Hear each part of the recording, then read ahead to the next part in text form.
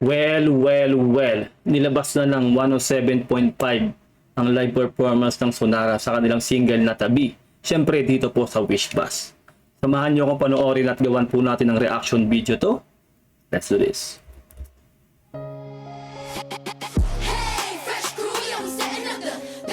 Woo!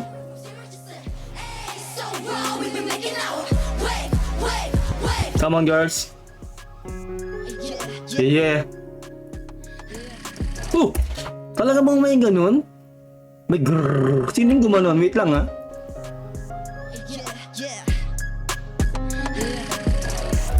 Si Tin, no? Correct me if I'm wrong po, no? Siya po yung nakakita kong parang sa pag ganun ni Tin, parang sinasabi nila na nakabukas yung mic namin, live to ha. Hindi to lip sync. Alam niyo naman, illegal lang hindi live sa 1C Entertainment, di ba? Diretso natin. 1075.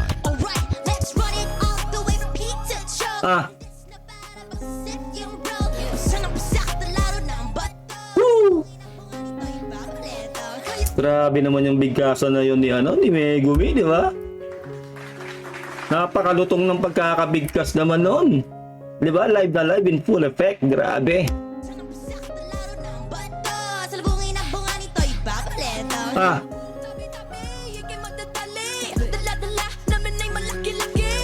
Grabe yung boses niya, no? Grabe yung boses ni Leif. Kala mo may kala mo double voice, no?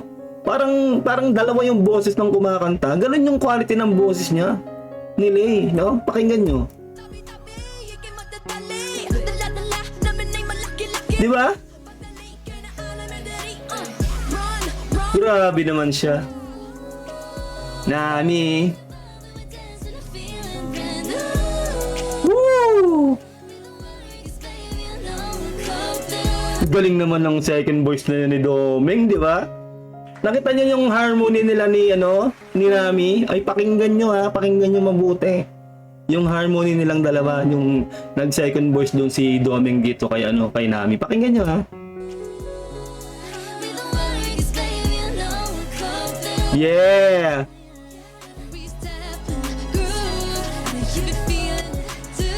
Ito talaga si si Domeng yung pinaka para sa akin siya yung may pinaka natural na boses. At ang ganda sa tenga talaga, ang sarap sa tenga ng boses din talaga nito ni Domeng. Ito na naman tayo, medyo kalmahan lang muna natin, let's go. Medyo naiisip ko na naman yung kapring basher eh. Kalmahan lang muna natin, let's go. Kalma muna, diretso natin. Hey!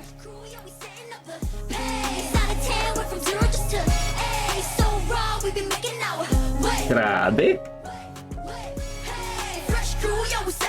Sasabihin na naman ng kapre dyan, no, the Wish Bus is over mixing their voices, the sound engineer is over mixing their voice. Actually their voice is shit. Gano'n na naman yan. They have no voice, they have no future. Gano'n na naman yan, malamang, di ba? Si kapre.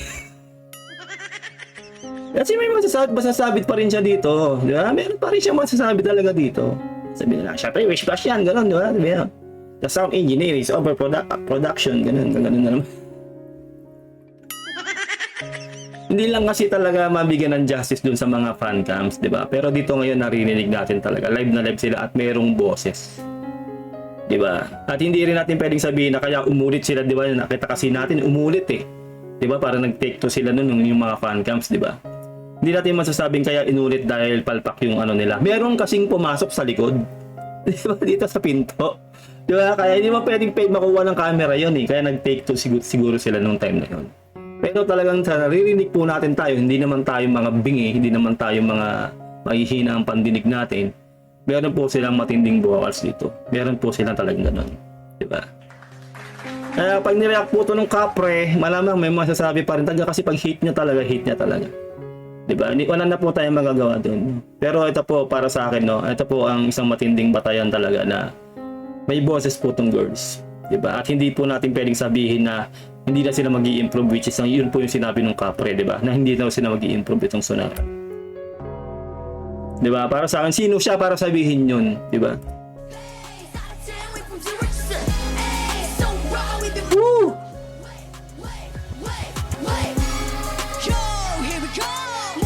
Yeah. Grabe yung gigil ni Nami, no? Move tabi-tabi, move tabi-tabi.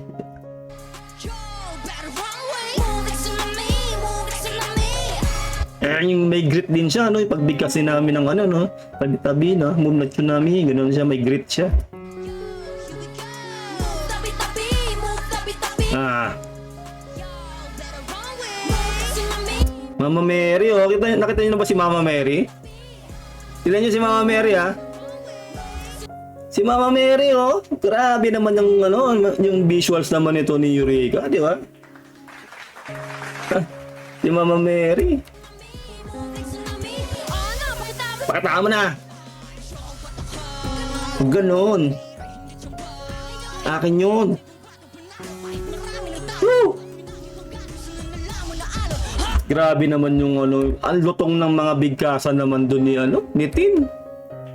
Ayun ako talaga, hindi ako magsasawa talaga na ipagtanggol tong Sonara kasi talaga pong ano, meron po talaga silang potential, meron silang talent. No, na hindi po sila, para sa akin, no, isa sila sa mga girl group na nag-debut na hindi po natin masasabing putyo-putyo. Talaga pong meron po silang boses. No, actually hindi nga naman dapat totoong gawing ano to maging gawing issue tong Tabi. Kasi hindi po siya talaga ano hindi etong kantang to, hindi siya kumbaga hindi mo pagbabatayan talaga yung boses nila dito. Kasi unang-una, mabilis tong kantang to eh. 'Di ba? Siguro kung ang nilabas nilang kanta ay ballad, tapos talagang palpak, talagang mapapansin mo talaga yung kahinaan ng boses nila, yung weakness ng boses nila. Doon pa pwede siyang pwede siyang i-criticize ng matindi. Kaso ito pong Tabi kasi, unang-una upbeat siya, 'di ba? Hindi siya ballad o hindi siya love song. 'Di ba? Kumbaga para sa akin hindi siya dapat ganun i-criticize. No, na which is ngayon napapakinggan naman natin dito sa Wish Bus na maayos naman po ang kanilang performance dito. No? At talaga po masasabi natin na meron po silang vocal prowess. Di ba? Sasabihin na naman ng kapre, yun nga, sinasabi ko kanina, di ba? Kasi Wish Bus yan, overproduction yan, yung sound engineer dyan, syempre sinalo yan ng sound engineer, shit yung boss nila, ganun-ganun na naman, puro mura na naman ang atupagin ng kapre na yun, di ba? Nagigigil talaga. Kasi di ba? Tapos sinabihan pa niya na parang tinuldukan niya na eh. Sinabihan niya na tong girls na hindi na raw mag-i-improve, di ba? Sino siya para magsabi nun, di ba? May napatunayan ba siya? Isa ba siyang vocal coach, di ba? Kung vocal coach man siya, may napatunayan, ganung level na ba siya? Ka-level niya na ba yung mga tulad ng sinabi nga natin, di ba? Sila Ryan Cayabyab, sa international, si David Foster, at marami pa pong iba. Di ba? Di ba ang vocal coach pa nga nito? Correct me pa no, si Brennan, di ba? Big ano yun, hindi basta-basta yung vocal coach na yun, si Brennan.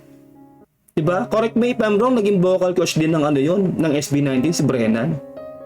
Diba? Tapos siya, wala siyang napatunayan. Naku, pasensya na kayo, nanggigigil talaga ako, no? Parang ito, nabigyan tayo ng justice, no? Nabigyan ng justice ang Sonara, yung panglilibak sa kanila, nung kapre na yun, diba? Kasi talaga namang meron talaga silang boses, diba? Pero syempre, alam niyo na, antayin natin, no? O ayoko na rin ng ano yun eh. Kung sakali maglabas sila ng reaction, parang baka mabwisit lang din ako eh. Malamang sasabihin na naman yun yung sinabi ko kanina, di ba? Siyempre, Wish Bus yan, overproduction ng sound engineer yan, di ba? Yung musical ano nila dyan, ganun-ganon. Sinalo para lang mapaganda tong boses ng Sonara, ganun-ganon. Sasabihin na, may masasabi siya, yung kapre. Kalmahan na natin, let's go. Diretso na natin. Ah. Yeah. Grabe. Woo! Di ka lang mamuwawalan. Tinuturing ko na yaman. Go, Ella.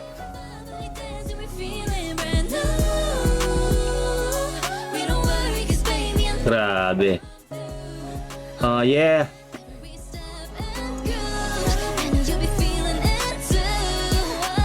Grabe, no? Ito talaga, hindi pag-ano ha. Pagdating sa vocals para sa akin, ito talaga si Nami sa si Doming, no?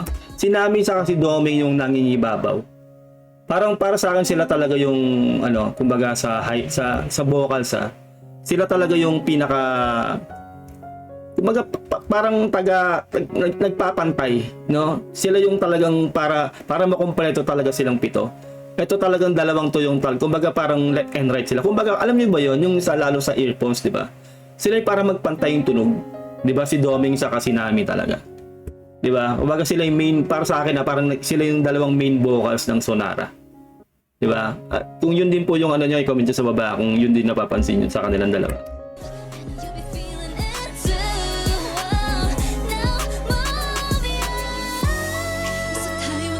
Marinig niyo yun? O di ba hanggang nandito na kay Domeng, di ba? Diretso pa rin yung boses ni Nami, di ba? Nakita niyo. Pakinggan niyo.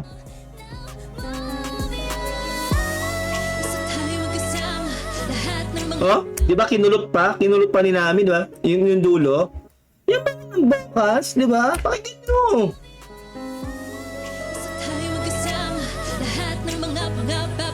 Di ba? Tapos binanatan pa dito ni Domeng, di ba? Nakita niyo naman ang ganda ng boses niyan. Nako talaga, nako kapre, ewan ko sa'yo.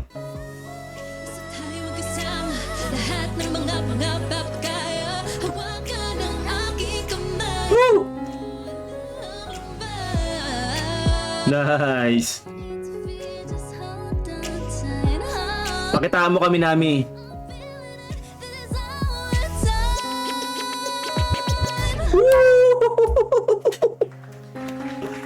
Wala na talaga. Nako, pag may nasabi pa talaga yung kapre na yan, ewan ko na lang. Talagang ano na siya, hater na talaga siya, no? Saka yung sa akin ngayon, sinasabi ko, di ba? Wala naman siya napatunan. Siya nga, subukan niya nga kayang sumayaw tapos kumanta. Ewan natin kung di nagkandaleche-leche yung boses niya. Di ba? Kala mo kung sino eh. Tapos ang idadayla, ANR daw sila, di ba? Marami na raw silang na-react na ano, di ba? Ano ngayon? Ikaw ba ang batayan ng magandang boses? Ikaw ba maganda ba boses mo? Kaya mo ba yung ginagawa nila? Diba? Hindi lang po dito yung pinagtatanggol ko yung Sonara lang. Hindi lang po yung Sonara pinagtatanggol ko rito. Yung lahat po ng P-pop groups, no? Na ginraduhan din nila ng bagsak. Doon po ako, naaawa po ako, diba? Ibig sabihin, para lang sa akin, diba? Kala mo kung sino siya mag-judge. Kala mo kung sino siya magsalita. Tapos mura pa ng mura, diba? Nakakabuisit. Diba? Ano eh, kala mo talaga may nakamit eh, di ba? Tapos yung nga, lagi niyang lalabas yung pedigree niya na ANR daw sila, marami na silang experience sa ganito, ganyan. So what? Di ba? You don't have the right na para sabihin na hindi na mag-i-improve ang Sonara at doon sa mga ginraduhan mo na failed, na nasa bottom sila. Alam mo ba kung gaano yung hirap ng mga P-pop groups na yon para lang ibigay nila yung best nila? Na hindi na kasi ano eh. Ito yung sa akin. Maraming magsasabi na naman yung mga nagtatanggol kay Efra. Nag-comment din sa akin nung nakaraan, di ko na lang sinagot. Diba na totoo naman daw, ganun para daw mag-improve na yung Sonara, ganyan. Malaking tulong daw yung sila kapre dahil napopromote daw yung ano.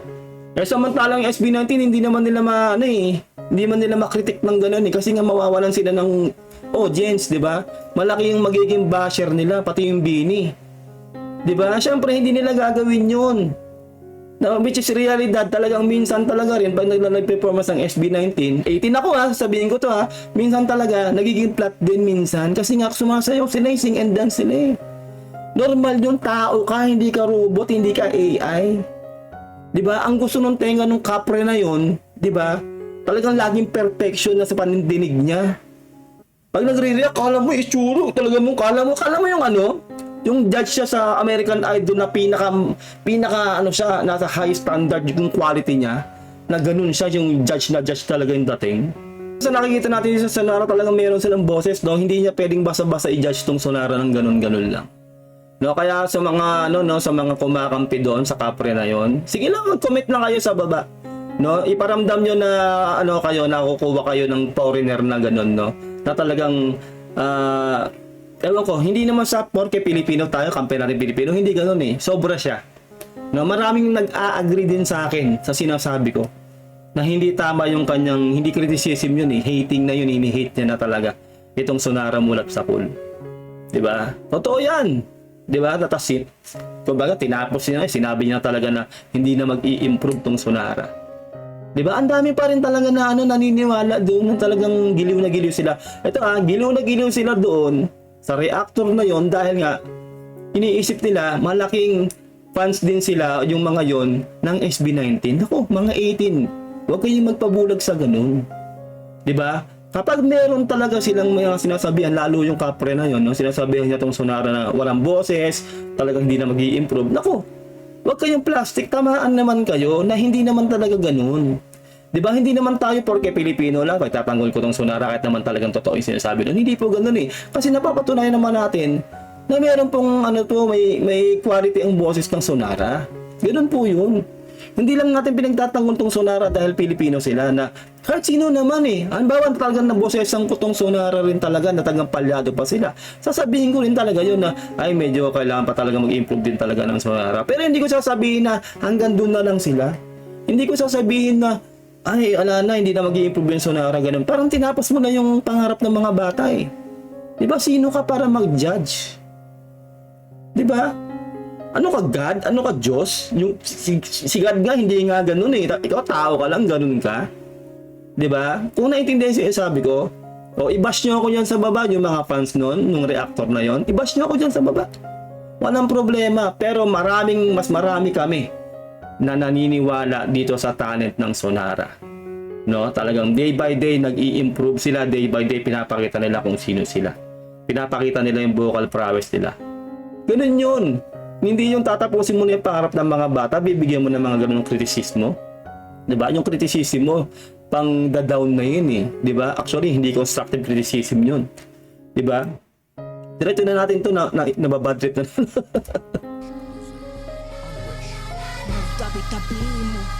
Yeah.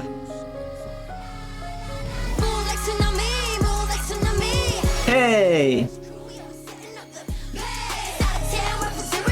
Grabe! Woo! Mama Mary, oh. Woo! Grabe sila. Hi Wishers! We are Sonara. For more Wish-exclusive videos, click here to subscribe! Ayun lang po, no? Ayun, pasensya na po kayo at medyo na high blood po tayo dahil lagi ko po naisip yung mga sinasabi nung kapre na. Kaya yun, no?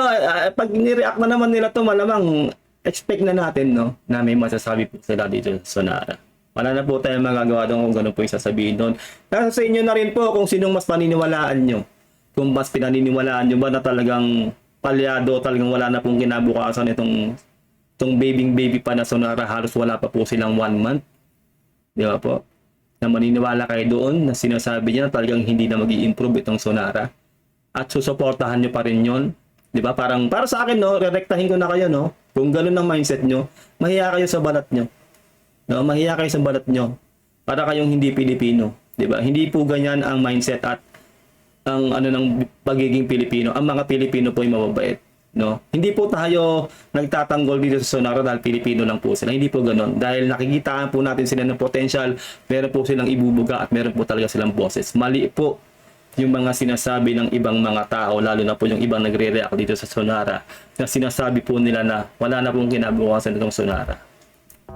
Na sinasabi nila na parang hilaw daw ang pagkaka-debut dito sa Sonara. Maling-mali po yun. Fight me dyan sa comment section. Mag-comment ka dyan kung fan ka ng mga reactor na yon.